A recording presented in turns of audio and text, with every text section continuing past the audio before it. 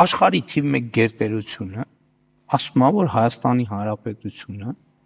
99 տարի որպես անկախ ինքնիշխան պետություն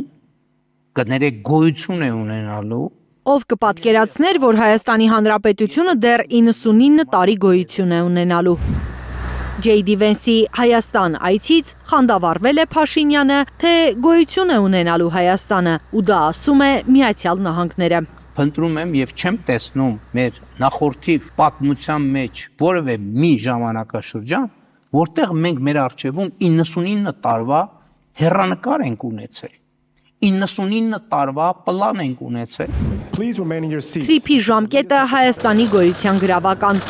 Փաշինյանի ասացից ստացվում է, որ Հայաստանը գոյություն կունենա այնքան ժամանակ, որքան ժամանակ ամերիկացիները կկառավարեն Թրամփի ուղին։ Ասել, որ սա ինչ-որ 100 տարվա գարանտիա է, շատ լավատեսական ինչ-որ մոտեցում է ստենց։ Միջազգայնագետը նկատում է պետության գոյությունը կապել միայն մեկ ճանապարհային ծրագրի հետ, լուրջ չէ։ Տրիպը դա ինչ-որ 360-աշյան վահան չի, որ ամեն ինչից պահում է, սա ընդամենը նպատակը շատ պարզ է կապել ասիական շուկան եվրոպական շուկայի հետ, շրջանցելով Ռուսաստանն եւ Իրանին։ Կազմել 99 տարվա ծրագիր ռեալ չէ։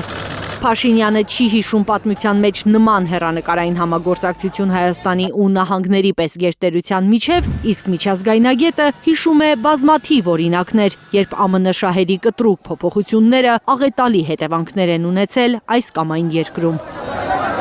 Տեսնում ենք ինչպես Միացյալ Նահանգները ամենահարուստ տարածքներից դուրս եկան Սիրիայի։ Ամենահարուստ, որտեղից իրան գումարներ են աշխատում, դուրս եկան եւ զիջեցին իրենց դաշնակից։ Օրինակ 3 տարի առաջ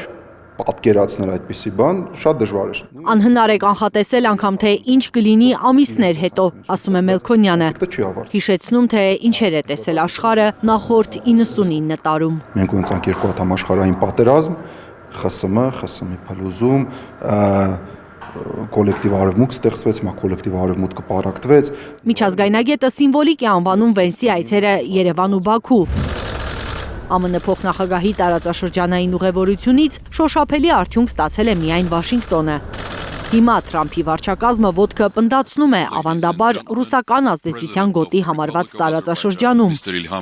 Մի բան, ինչին ձգտել են ամերիկյան բոլոր վարչակազմերը 30 տարի շարունակ։ Այս քայլը ցույց է տալիս, որ առնվազն Միացյալ Նահանգները պատրաստ չեն այստեղից